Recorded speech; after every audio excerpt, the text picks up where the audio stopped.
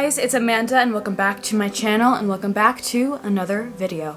I'm so excited for today's video because today's video I'm starting a new series on my channel, and that is telling ghost stories. Yes. As you guys know, and I've been interested in the paranormal my entire life. My grandfather actually is a paranormal investigator, so I've been doing this my whole life, basically, sometimes without even knowing it. So I've been paranormal investigating my whole life, and I've always been interested in ghosts and the paranormal. And yeah, so I wanted to start this series on my channel of me telling ghost stories and hopefully starting to go places and investigate. So today's video, I'm going to be talking about the CHEERY house in Cape May, New Jersey. I actually went here back in 2019. I investigated at this house, and I was back before I was a YouTuber. So I still have the footage. So after today's video, I'm going to make another video of me reviewing that footage, so definitely be on the lookout for that, please. But today, kind of a preface to that video, I'm going to be talking about the CHEERY house, and I'm going to be reading from one of my books here, The Ghosts of Cape May, New Haunts, Old Ghosts by Craig McManus. I'm going to read some of the CHEERY house part in this to give you the history of this house and what the hauntings are and what Craig has investigated and seen in this house. I'm not going to read all of this, but I'm going to read mainly the history part of it and what the haunts are. So let's get right into it.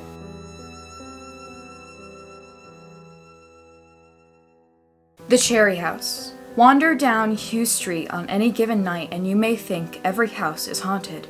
The old tree-lined street was originally a cow path on the Hughes plantation and was once covered most of Cape May City. The street is always quiet, even on busy summer nights. In the off-season, the street is downright deserted and ghostly. There are quite a few houses on the street with paranormal activity, but few as interesting as the old CHEERY house. The house is thought to have built in 1849 by farmer Lemuel Leeming. He bought the home, 637 Hughes Street, in Federal-style architecture, rather than a Victorian style than that was popular at the time.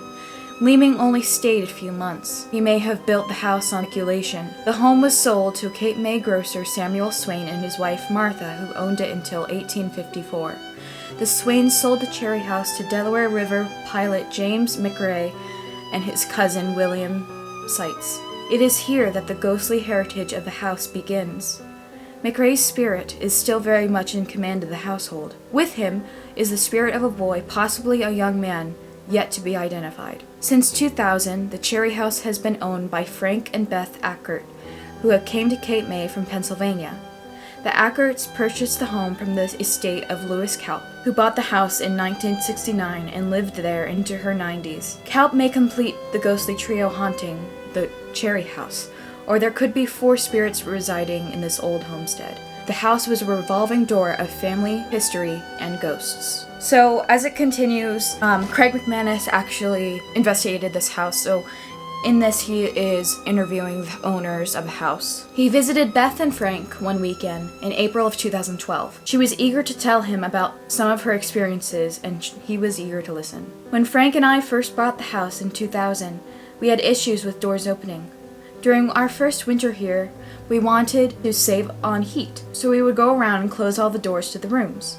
When we would go back, they would all open. This would happen all the time. Each time I would remind Frank to close the doors, he would insist he had, but they were all open again. The doors just never seemed to want to stay closed in the CHEERY house, as Beth added. About a year later, we were renovating the kitchen. It was the winter, and we were living in Pennsylvania in the off-season. A friend was checking the house for us, and when he came to make sure everything was okay, he found all the doors were left open. He called us and reported the workers were leaving the doors open. I called the builder, and he said he was closing the doors. Apparently, the opening doors became a little game between the workers at the house, remodeling the kitchen and the ghosts. After a while, the workers started to deadbolt the doors from the inside while they were there, but every time they looked at the doors, they'd be open again. The contractors eventually gave up trying to keep the doors closed. You can't fight what you can't see. Apparently, after fighting with the unseen guests in the house for months, one of the contractors finally came face to face with an apparition. As Beth recalled, a contractor came in to use the phone in the library one day. Suddenly, the room became ice cold. Contractor didn't know what to make of it. Then, all of a sudden, the water turned itself on in the back bathroom off the library. He looked to see if any of the other workmen were in there, but they were in the other parts of the house. Suddenly, he saw the apparition of a little old lady floating out in the wall toward him. He went screaming out the door and never came back. Beth said that it was the ghost of the former owner, Lois Kalp, checking up on her and what was being done to her house. Apparently Kalp, an avid history buff, loved the house and was very attached to it. So others have said that the original spirit haunting this house is Dr. James McRae. He was noted as having been a respected physician and druggist in Cape May since 1866. He died in his home on North Street. Doctor is haunting a house other than his own. This may seem confusing to paranormal enthusiasts, but it's not that uncommon. Dr. James McRae's 1866 home still stands today on North Street. He lived and worked there and died elsewhere in Cape May. So why is he at the CHEERY house? So in this book, Craig is a psychic medium, so he's continuing to tell what he felt in the CHEERY house, and he seemed to really feel James McRae in this house when he came there. James McRae was a successful Delaware River pilot and hotel proprietor. Enjoyed a long life, married 3 times, and raised a large family. He should have been content and have moved on after death.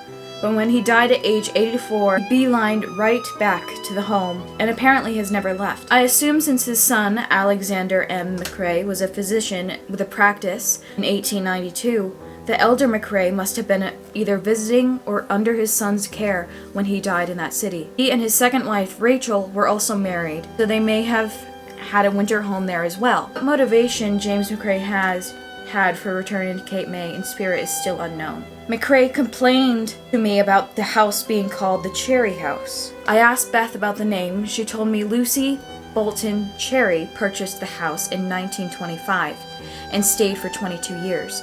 Not a satisfactory answer for McRae, who held the record for owning the house the longest, 38 years. I casually mentioned to Beth and Frank it should be called the James McRae house. I moved on and continued through the house on that chilly day back in early April 2012. All during the visit, I sensed a woman coming and going. I followed her into the library, where I ran a tape for about an hour. Viewing the tape at the time, only faint voices could be heard.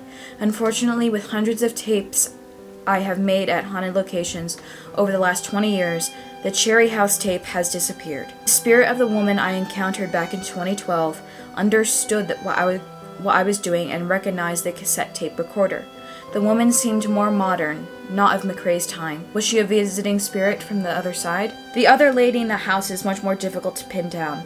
There were times when I felt it might be Lois Kalp, and other times I felt a presence of much older female spirit. Into Beth's original idea that Mrs. Kalp could still be around, I searched the psychic airways of the CHEERY house to attempt to find her. Standing in the library on the first floor, I told Beth and Frank that the woman loves all the hats.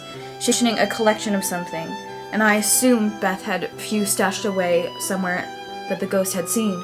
I followed the actors up to the second floor. It was a bedroom. It was wall-to-wall hats. The first thing that caught his attention was a female spirit covering herself up, as if we had caught her in the middle of dressing. Mixed in with Beth's wonderful collection of vintage hats was a lady ghost who was desperately in need of more than just a hat at the moment. I have to admit, this was a first. A naked ghost. She did not appear to me as a visible apparition. It was a mind image that I really could have skipped. She quickly faded from view, but I could still sense her in the room. Spirit moved near an old chair and radiated with a woman's presence. I paused and summoned up the consciousness of the ghost. Apparently, now descent, she talked of hats, and one in particular that she loved, a straw hat. This woman felt more like she had died in 1869 rather than in 1960. When Lois Kalp passed, his presence in the house apparently knew the other ghosts. I had asked if she was related to James McRae. A tingling sensation went through me. Something let me know that she was one of his dead wives. That was a problem. James McRae Sr. had 3 wives and outlived them all. Was the ghost his first wife, Mary Ann Moldford? his second wife, Rachel Somers Eldridge, or his last wife, Sarah Skellinger. It could have been any one of them because they all most likely died in the house. Rachel, the second wife, died after giving birth to their daughter, also named Rachel, on Christmas Eve, 1870. I searched around with my mind and sensed other spirits nearby, but it was not James or any of the dead wives. It was a boy, possibly in his late teens. This was most likely the same ghost that had been seen in the house on the third floor staircase by generations of owners. Realizing Mrs. McCrae had stepped out, I decided to question the young ghost, who also attempted to escape my psychic senses by heading up to the steep and narrow staircase to the third floor.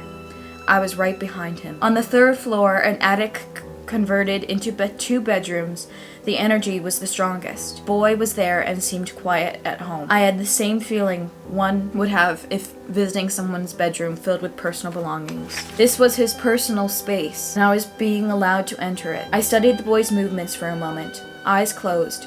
I could see him moving about the room, rearranging things on a dresser, all of which existed in his reality. Instead of seeing things as they were, he was able to keep his view keenly focused on what was in the past when they were still alive. The boy would not give me his name, which would have been the entire investigation so much easier. He lifted his arm and pointed to an access way to the roof. He told me he liked to sit on the roof and watch the people below. For a split second, I could see a visible apparition. He looked pale. He had died of some childhood disease. He was gone in a blink of an eye. So it's been said that this boy has been seen multiple times from different people coming into this Cherry house. I personally didn't see any boy when I went there back in 2019. He continues to say the boy's presence was definitely strongest on the third floor. As far as I know, James McCrae never lost a son. Both of his sons lived into adulthood and both became doctors. I searched through the chain of deeds provided to me by Beth. Nothing stood out. Is this boy's ghost the reason for the doors opening? This is number 1 on the list of paranormal activity in the old house. My first thought was that the ghost here still respects physical barriers like walls and doors. With doors shut, the door would not be able to move freely throughout the house, so it feels the need to open the doors. Why wouldn't it just shut them again? What is really happening here is the ghost of a child is doing this as some sort of game. Beth's workman said that it's like a game keeping the doors closed. Adult ghosts may occasionally act like children to bug living house guests they don't care for, but most often activity like this is orchestrated by a spirit of a young child or an adolescent being playful. So the family that owns this house have done a lot of EVP sessions in this house, and it is said here in this book of what they picked up. Beth told me that the EVPs that have been recorded in the house all centered in and around the back bedroom, but the voice was always a man. I asked if a man's spirit was present. Please speak onto the tape. About the only thing I heard was the man saying, "This is the house," but the response was faint. I sensed a much stronger woman's presence.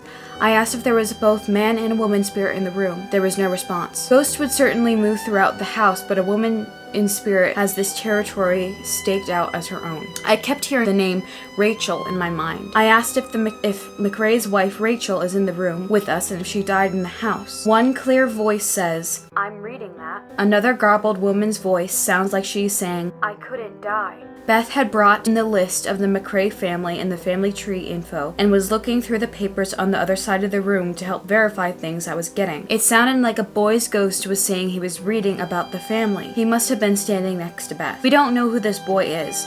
Rachel is most definitely Rachel Somers Eldridge, James McCrae's second wife, who died at the age of 41, shortly after giving birth to their daughter, Rachel McCrae. I asked her if it was her, using all 4 of her names, and the response was loud. Yes.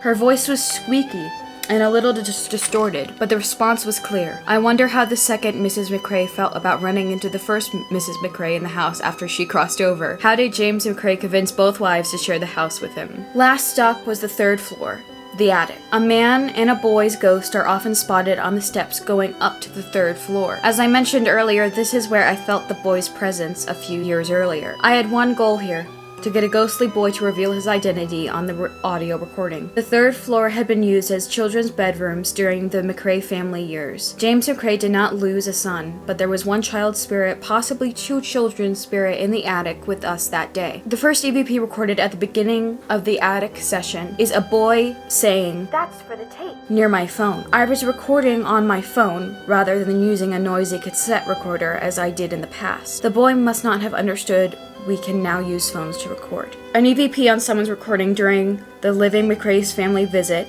says, "Fix the bed," reminding them to put the bedspread back down, that they had pulled it off the bed to see underneath. I asked the boy if he was related to the McRae's or that he just came into the Hughes Street and taken refuge in the house. In the distance, buried in white noise of the recording, I could just make out someone saying, "No, I'm not." That was the answer I was looking for. The boy was not a McRae. He had just moved in with the McRae's. It was no different from the two young nephews of Fran and Beth who were visiting at the time of my last investigation. This ghostly child was also visiting, just on long-term basis. When I ask, "Is this a little boy in the house?" an EVP of the boy's voice says, "I will stay." He didn't answer the question directly, but made me understand he wasn't going anywhere soon. The voice on the tape and the energy of the boy gave me an impression that this was nothing more than a benevolent child spirit in the attic. I sensed he suffered from fluid in the lungs, or had difficulty breathing toward the end of his life. That may have been how he died. Ghosts tend to carry an imprint of their final moment of life. A medium can read those imprints as part of a ghost's energy. The boy had no longer suffered from whatever illness he had in life, but those memories will still be part of his essence. He seems to be doing just fine now, enjoying life at the Cherry House with the Ackers and all of his ghostly friends. Beth Ackert told me that she is not really a huge believer in ghosts and hauntings, but she does acknowledge the unexplainable things that have occurred in the house since they arrived. When you buy a historic home, especially in Cape May, you may get more than you bargained or paid for. The McRae's were a very important part of Cape May history and the foundations of the old seaside resort. They put in lifetimes of hard work and effort serving the community. They are hanging around in spirit to enjoy the fruits of their labor, as long as those fruits don't contain any cherries. The name of the house is still a sticking point of old James McRae, as his ghost told me during my visit. "Why is this house still called the Cherry House? Do you see Mrs. Cherry haunting the house?" Ghosts may rarely be seen, but they should be at least heard. And that is the end of the excerpt from The Cherry House in The Ghost of Cape May, New Haunts, Old Ghosts by Craig McManus. So like I said before, I did investigate this house. I will have the footage, because I can't believe I still have that footage, but I will be reviewing the footage on Friday for Friday's video, so I will definitely show that. I didn't see any apparitions, but you could definitely, from what I remember, you can definitely feel the presence of children. It was just a lovely experience to go on to investigate this house. The Cherry House was actually one of my first non-local investigations I've done, and I can't believe that was already 2019. That was almost 3 years ago. Crazy. But I think that's going to be the end of today's video. I will leave this book in the description down below, and if you want me to continue doing these ghost stories on my channel, I definitely will, because as you know, I love all this stuff. That's going to be the end of today's video. I hope you enjoyed. If you enjoyed, please hit the like button, hit subscribe if you have not already, and click the notification bell so you'll be notified every single time that I upload. And if you want to find me anywhere else, you can find me on Instagram, TikTok, GoodReads, Pinterest, and in between the pages of my book. And as always, remember to be the Captain Jack Sparrow of your story, and may your compass lead you to amazing things. And I shall see you guys on Friday. Bye, guys.